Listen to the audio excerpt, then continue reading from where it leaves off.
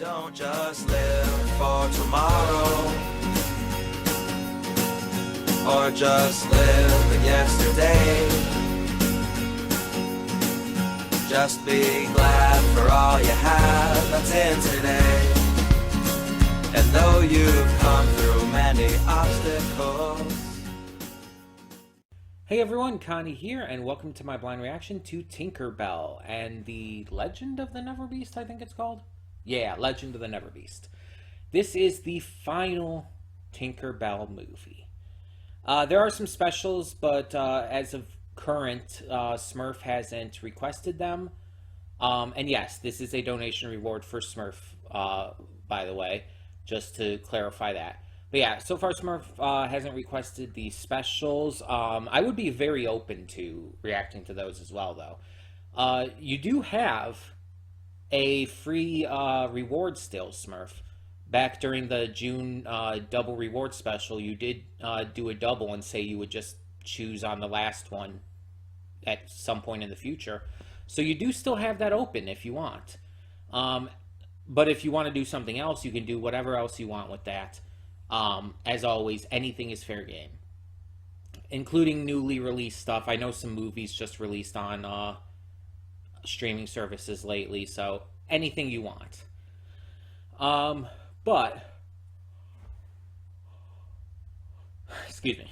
But so yeah, this is the last one, and I don't know pretty much anything about this. The title is interesting, though. Legend of the NeverBeast. It's like NeverBeast. In terms of the context of this world, of these movies and all, I think of Neverland. So is NeverBeast just short for Neverland Beast? And if so, what does that mean? Is this NeverBeast going to be the villain, the bad guy of sorts? Or is there more to this? Like, what's this going to be about? That's all I'm wondering. I guess we'll find out, obviously, but yeah, it's just with a title like this, it does make me wonder. But these movies have continuously been really, really good. I've been really enjoying them, and they keep getting better, it seems. So hopefully this one will be the same. But even if not, I'll probably still enjoy it. But yeah, like I said, I'm game for anything in the future, like with the shorts or whatnot, or specials, or whatever you want to call them. I'm good for those if those end up being requested, or anything else in the future. But yeah, glad to finally get to this.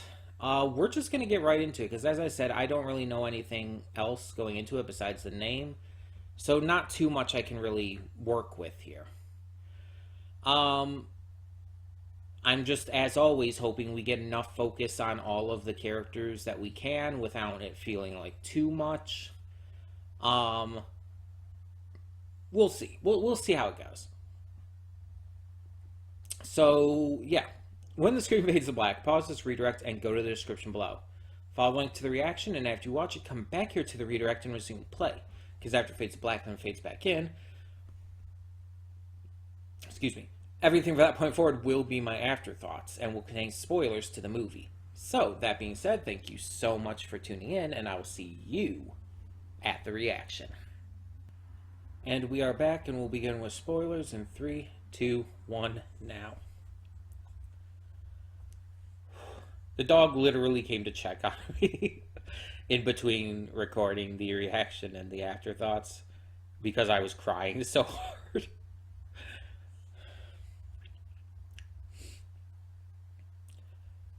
Wow, that got to me.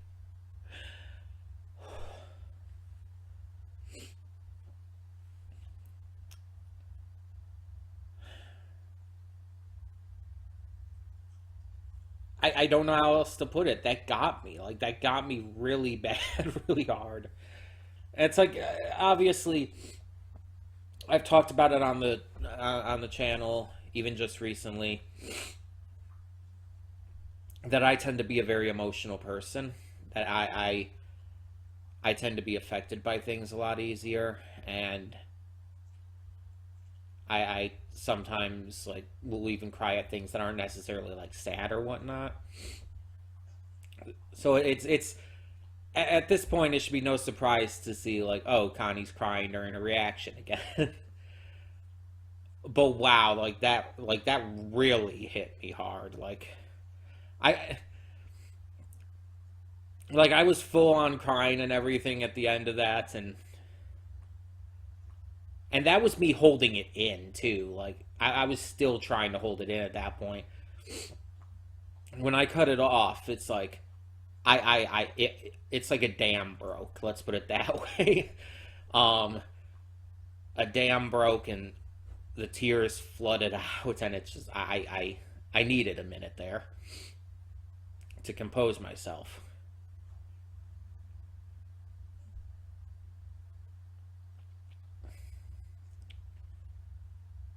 If you're gonna end this series on a movie earlier than anticipated, this is a great one to leave off on for multiple reasons. Um,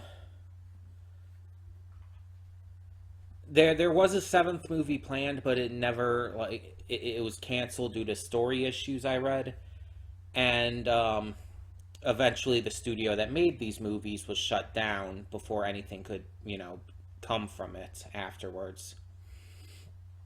But there are some, again, shorts or specials or whatnot, so those could be gotten to at some point. But this felt perfect for a finale. Even though Tinkerbell took a back seat to Fawn in this movie, Fawn was definitely the main character, while Tinkerbell was a supporting role. I think that nonetheless, this is honestly the best of the movies. They just kept getting better every time. It's wild, but I always talk about it, saying it again, kind of becoming a thing on this channel. If a piece of media makes me cry, you know it's done something special.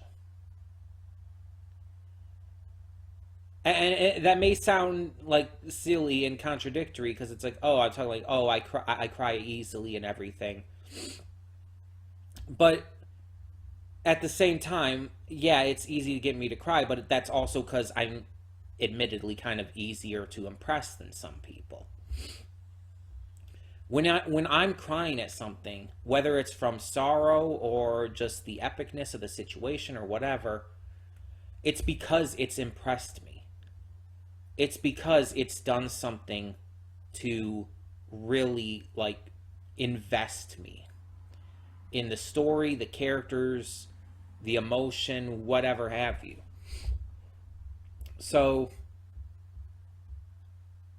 when a piece of media like this, a series or a movie or whatever, a game, makes me cry, it means something. It's important because it made a difference to me. Again, for whatever reason that happened to be. In this case, this film got me so emotionally attached to Gruff that even though I saw that ending coming, and I very much saw it coming, like with the legend and everything about it, like waking up every time the storm comes through, like every almost 1,000 years, it's like it was obvious he was going to have to go back into hibernation and would never see them again.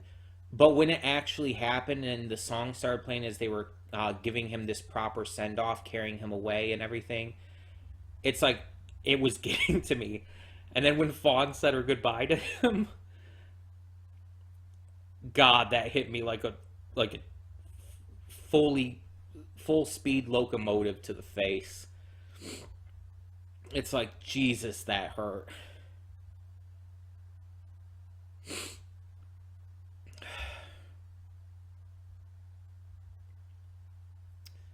And part of the reason I was connecting and caring about Gruff so much was because of how Fawn was connecting to him. But also because of my own experience with pets. Whether it be Piper over here or previous dogs or cats we've had, I love animals. I do. And I grow very attached to the pets that I have. Every time one of them has to be put down or passes or whatever, it it it hurts. It makes me cry. Prior to Piper, we had a dog named Snoopy, and he was rambunctious and ridiculous as hell, but we loved him. And we've had cats that had to have been put down. At one point, my sister had a rabbit, and so on and so forth. And it hurts every time. And when eventually Piper either passes or has to be put down, it's going to make me cry. It's going to be painful. And I understand that it's part of how things go. But that doesn't stop it from hurting. Just like in here, Fawn understood that this is what needed to happen. That there's nothing they could do about it. It was just how Gruff works. Taking all of that on himself to stop the storm and save the fairies. It explains why he needs so much rest. He only awakes when the storm comes to stop it again. Otherwise, he has to rest from all of the energy he expends.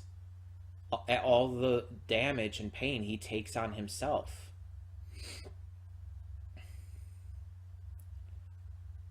And it's like was said, he's a hero.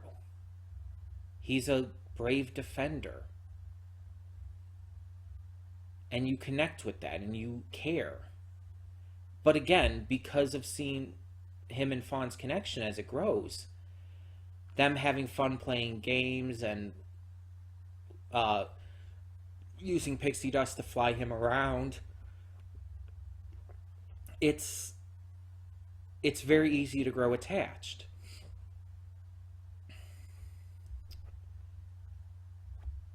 And another reason, though, even outside of the strong emotional connection with this film, that makes it such a perfect film to end on, is where do the stakes go from here? Like, what were they planning for the seventh film? Because this was practically, from what we could tell, an extinction-level event. At least for the fairies. This is an uncontrollable, super powerful storm that without question would have killed the fairies. I don't know about other races, animals, or whatnot, but the fairies for sure would have been wiped out with this. At least to a very small number, if not completely.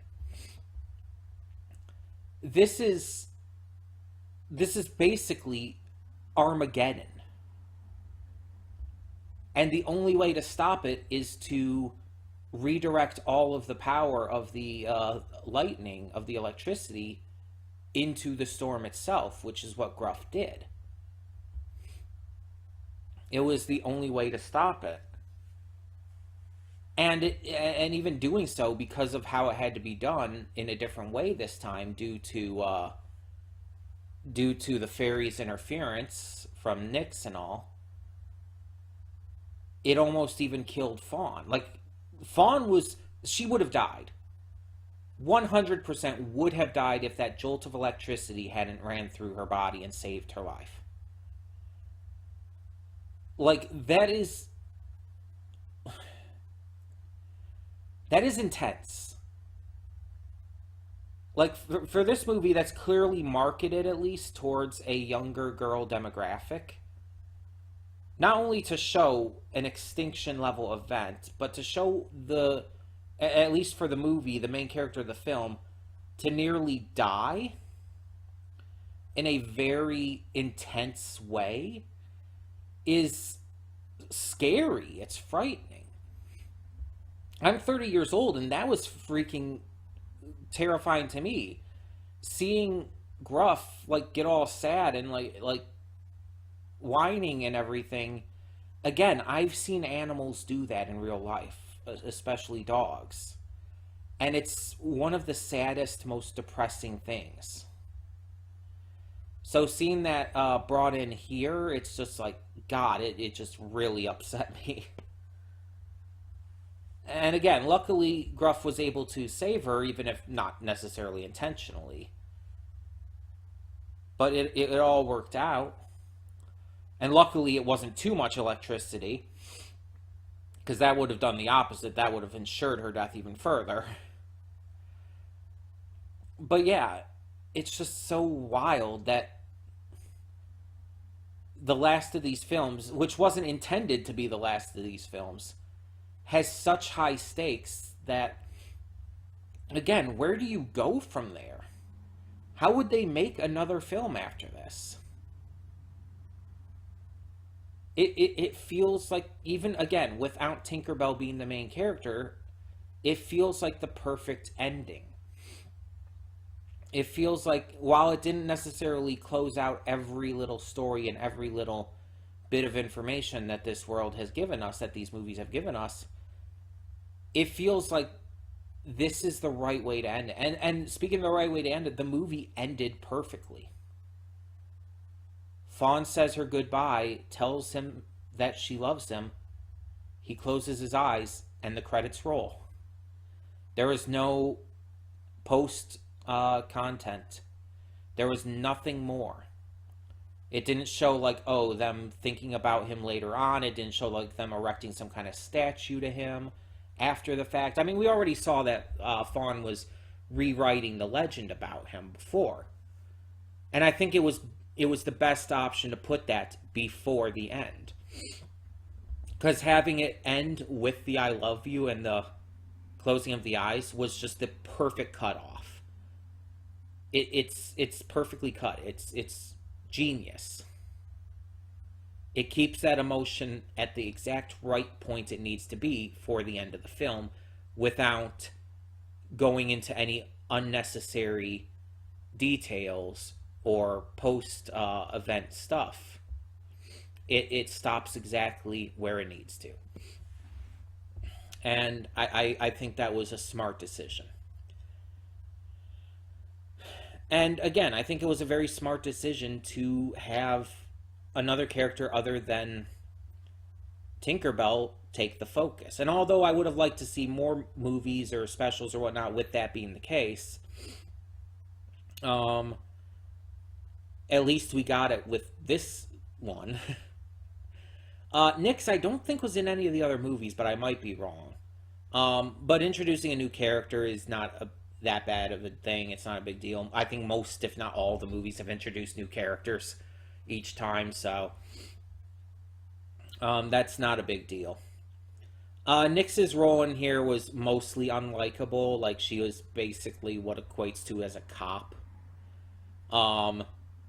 And she was just, until she finally came around in the end, she wasn't really that likable. And I did know, like, when she said that she is trying to do the right thing and trying to help, I did know, like, yeah, I mean, I feel that's obvious.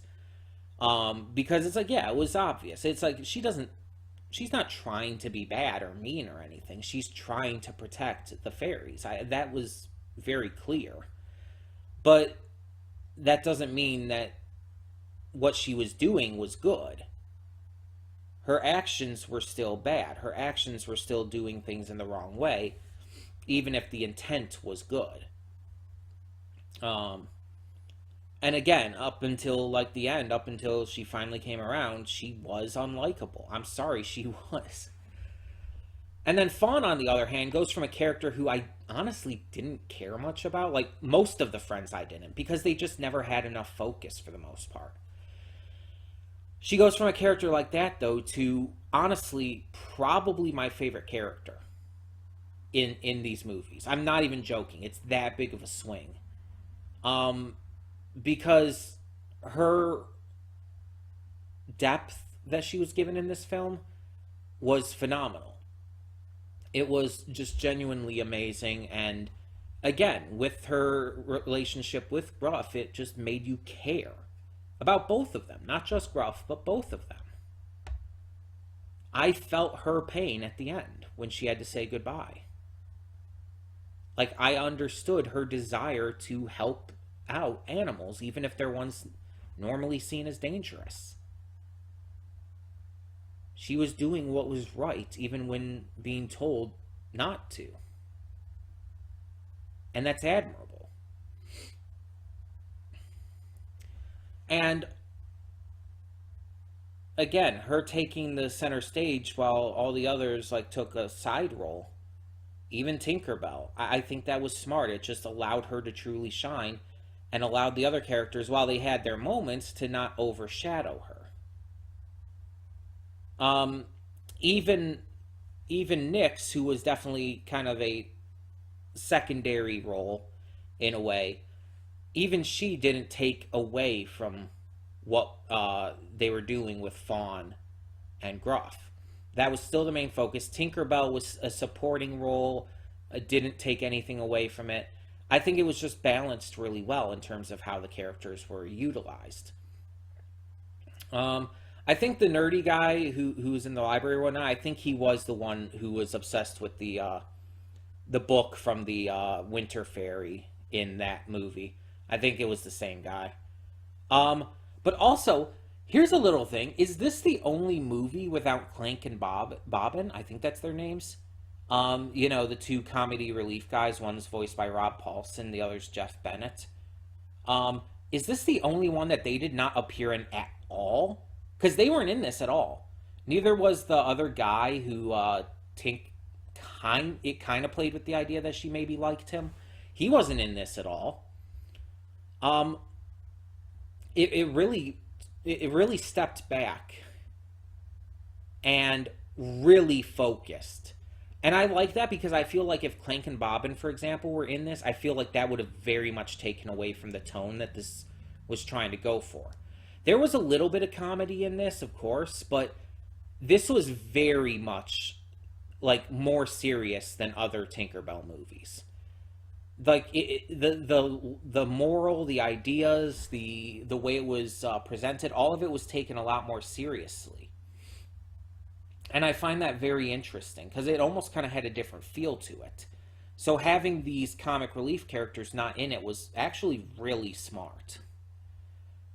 And just in general, it was very fun and enjoyable. Like there's the mystery of trying to figure out what Gruff is doing with the rock towers. There's the fun and frivolity of seeing Gruff and Fawn playing together. There's the emotion of the connection and everything, and it's just like everything just works so tightly that it's the best of these movies, without question to me. It's just one of those examples where each one has been better than the last. And there's certain aspects of ones that have been better than the one that came after them, but overall, I mean. And it's kind of like the Descendants movies. I already made that comparison, but also like Ruby in a way. Because, and funny, I'm thinking of that because I actually made a Ruby reference during the reaction. So that's actually what has that on my mind again now. But every season of Ruby, I've talked about this before, I believe every volume of Ruby has been better than the last. Even with the issues that certain volumes have, like Volume 8, even with certain parts of it, like my favorite scene in all of Ruby is still from Volume 6, with the Lost Fable being told. That's still my favorite scene, my favorite moment in all of Ruby. But I still think Volume 7 and 8 are still overall better. I think every volume has been overall better than the last. And it's the same with these movies, with these Tinkerbell movies. I think every movie has been better than the last. And considering where they started out with the first film, you guys remember, I didn't like that as much. I had some issues with that I still stand by. I've definitely like loosened up a little bit, but I still stand by my complaints about that film. But then the second one was so much better, like notably better, and they just kept getting even better since then. And it's just, I'm so glad that this is what we ended on. I'm so happy that this was the finale to these movies. Because I can't see how it could go up from here. I don't see what other stakes you could possibly bring in that would trump a cataclysmic extinction level event. But on top of that, it's just like, I just feel like for an emotional point, this is the best way to end off this franchise. Again, outside of the specials, shorts, whatever you want to call them. So yeah, thank you to Smurf for donating for these movies all this time. I'm very glad I've gotten to see them. I'm very happy I've gotten to see these. And again, Smurf, you do have a reaction already paid for that you still have to choose. If you want to choose to have the shorts/specials as that reaction, you can. If you want to do something else, you can. As always, anything, as long as I haven't seen it, is pretty much fair game. Movies, shows, something on YouTube, anything, as long as I haven't seen it, really.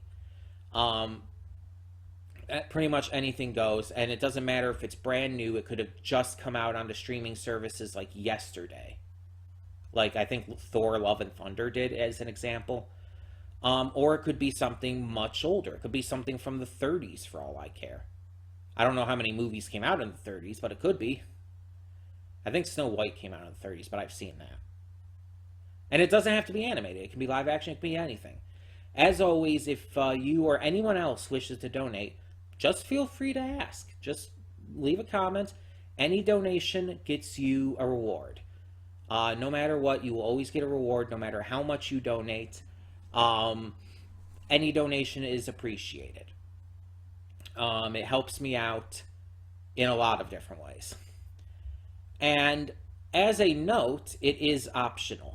You don't have to do it if you don't want to or can't. It's just a way to help you guys kind of take part in the channel and get me to check out some stuff that I probably wouldn't otherwise.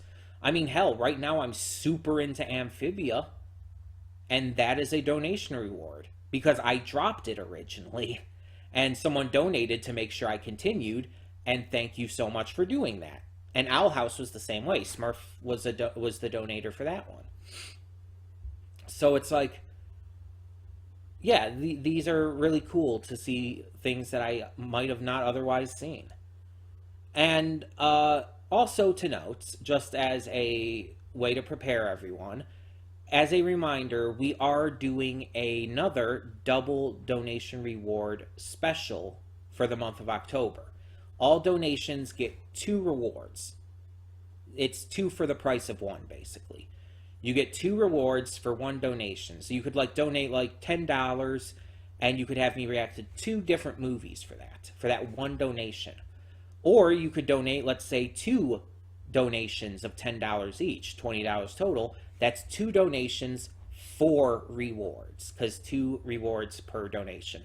And you could stack that up as much as you want. It's basically just a special. We're going to do twice a year. In the spring and in the fall, basically late spring, early summer, and then the late fall. And it's going to be basically a way to just ramp things up a little bit and have a little special. People like specials, right? Plus, it gets even more reactions out there, even more rewards, and even more possibilities.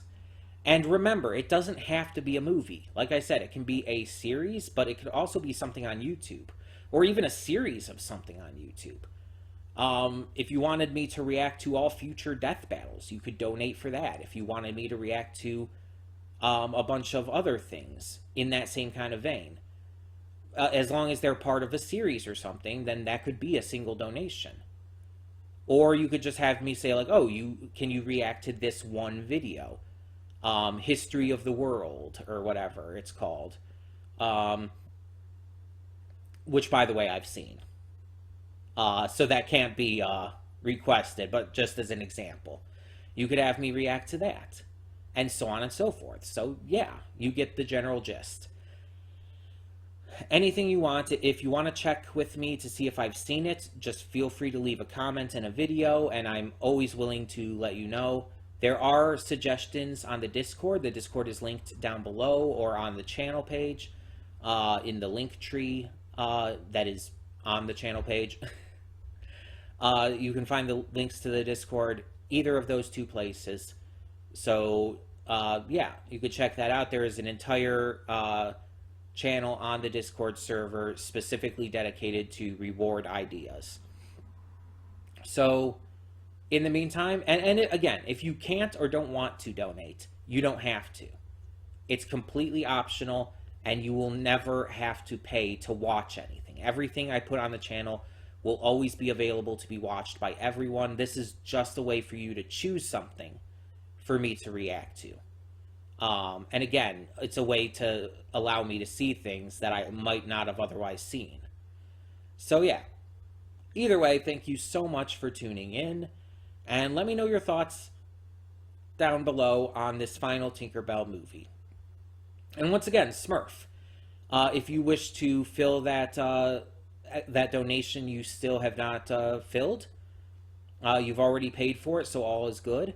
You just have to let me know what you want to put there. Again, it can be a movie, it can be a series, it can be the Tinkerbell shorts / specials, whatever you want to call them. Whatever you want to do, let me know. And thank you so much for everyone for tuning in once again. For now, I'm Connie, and I'm signing off. See y'all next time.